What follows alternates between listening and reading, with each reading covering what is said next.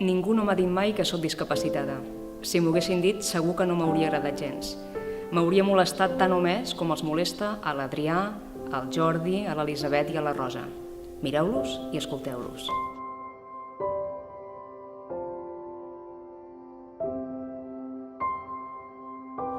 El meu talent per escriure va aparèixer després d'haver nascut per segona vegada. Imagineu-vos per un moment que deixeu de ser per tornar a ser, que per un instant el camí de la vida es veu fosc i amb molts sotracs, que les il·lusions d'avui per demà es perdin i els desitjos es vegin llunyans.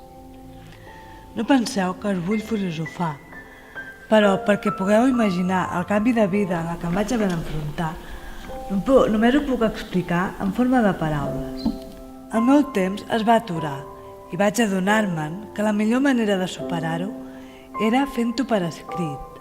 Vaig començar a escriure perquè em sentia sola i alhora acompanyada de cada una de les paraules que escrivia. Encara avui m'acompanya. Jo no sóc poetisa, però sí somiadora de la poesia. Sóc la que, mirant endavant, desitjo seguir somiant. La vida m'ha ensenyat que cal tenir talent per viure, sempre acompanyat d'un bon somriure.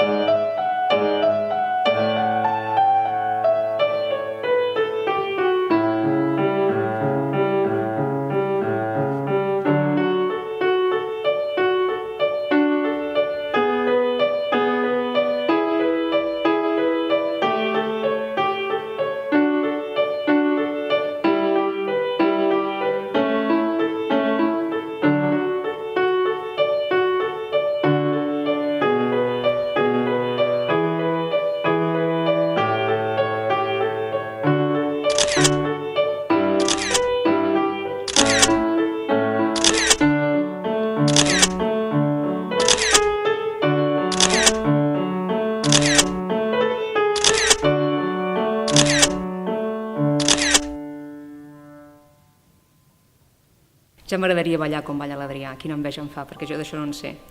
En el fons diuen que tots tenim algun talent, segur, que tots tenim una capacitat innata, alguna qualitat que ens fa diferents i que fa que sapiguem fer més bé una determinada activitat.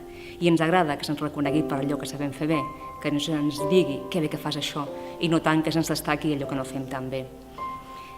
Els periodistes i comunicadors tenim una gran responsabilitat per trencar estereotips, treure etiquetes, intentar treballar perquè aquesta societat sigui cada vegada més equilibrada i més integradora i aconseguir el més important, que tots els ciutadans siguin ben vistos independentment del talent que tinguin.